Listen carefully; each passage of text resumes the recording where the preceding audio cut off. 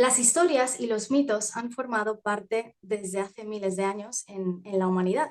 Se pasaban de generación en generación para transmitir la cultura, las costumbres, pero no solo eso, también eran importantes contar historias, cuentos y mitos para que la persona pudiera aprender de la vida y de sí mismo. Ahora podemos pensar que esto es una cosa del pasado. Probablemente si le preguntáramos a personas por la calle y dijéramos, ¿crees que los mitos siguen aún latentes en nuestra sociedad?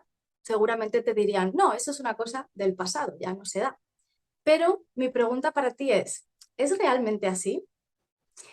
La verdad es que los mitos, las historias y los cuentos están muy latentes en nuestra sociedad, aunque no nos demos cuenta. Y es que déjame decirte que si ves películas o series, estás en contacto con los mitos y las historias de toda la vida. Yo siempre pensaba que ver películas era una casi pérdida de tiempo. De hecho, yo no veía muchas películas, ni siquiera estas míticas o típicas de toda la vida. Había muchas que no había visto porque pensaba que era una cosa pues de entretenimiento, de cuando tienes un poquito de tiempo, pero realmente pensaban que era una pérdida de tiempo. Y sobre todo estas películas de ciencia ficción, de fantasía, era como, uff, no tengo tiempo para eso. Pero hace un año y medio, más o menos, tuve una experiencia muy mágica. Me encontraba en Bali y era un momento en el que estaba muy mal, una tarde, noche, que me encontraba muy, muy mal. Estaba llorando, desconsolada, eh, y de repente a mi mente llegó un pensamiento, como por arte de magia. De repente me llegó la frase, Hakuna Matata. Yo en ese momento me quedé en shock, paré de llorar y sentí un poco como, esto no lo he creado yo, este pensamiento no lo he creado yo, esto me ha venido a mí. Bueno, en ese momento lo único que yo quise era, tengo que ver la película del Rey León. Sentí un impulso enorme, tardé un buen rato en encontrarla online y al final hasta acabé contratando Disney Channel para poder verla. Sentía un muy fuerte impulso para ver la película. Esa noche se ha quedado grabada para mí, para mi vida. Fue una noche mágica cuando vi la película y de alguna manera destapé el telón y me di cuenta de lo que la película nos está diciendo. A partir de ahí me he hecho cinéfila y voy al cine todas las semanas. De hecho, a veces 3 o 4 veces a la semana. Y es porque, bueno, encuentro una gran nutrición en la simbología de las películas. ¿Te ha pasado alguna vez que has visto alguna película y te has inspirado o que te has visto súper reconocido con algún personaje? La realidad es que nos sentimos atraídos a ver películas o series porque de manera inconsciente nos están nutriendo en nuestro camino y en nuestra evolución.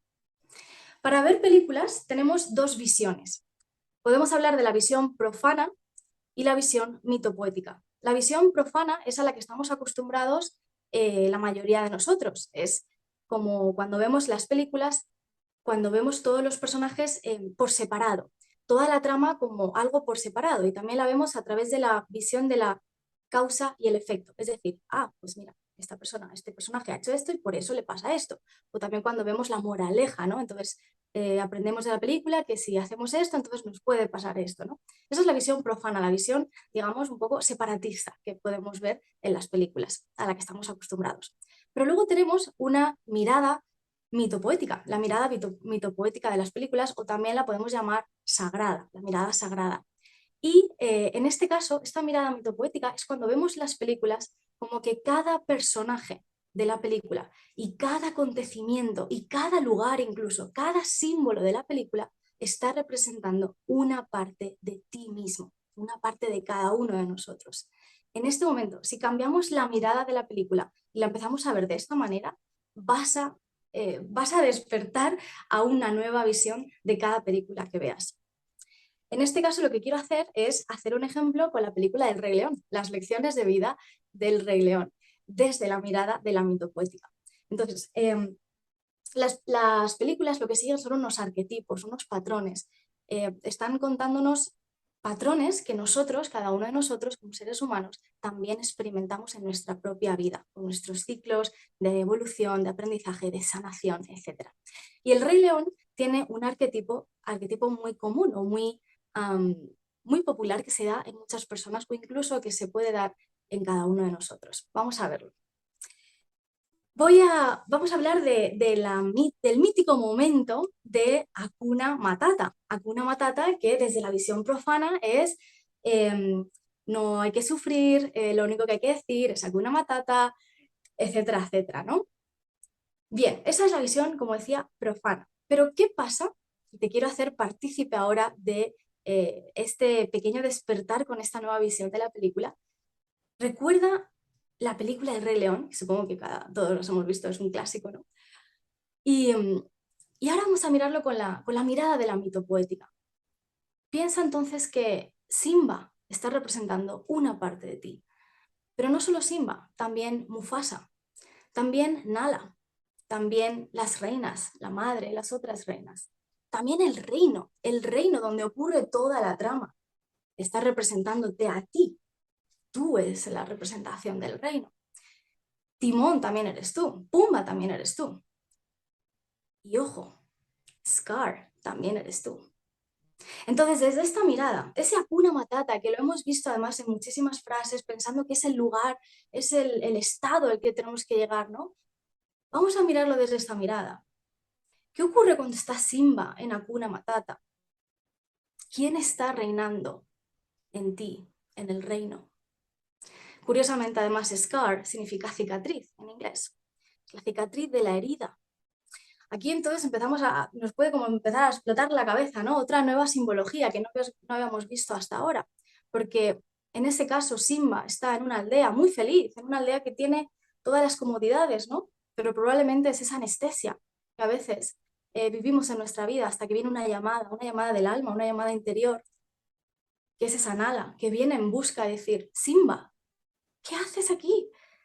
Pensábamos que no estabas, te habías ido, tu sitio no es aquí, tu sitio es ser el rey del reino.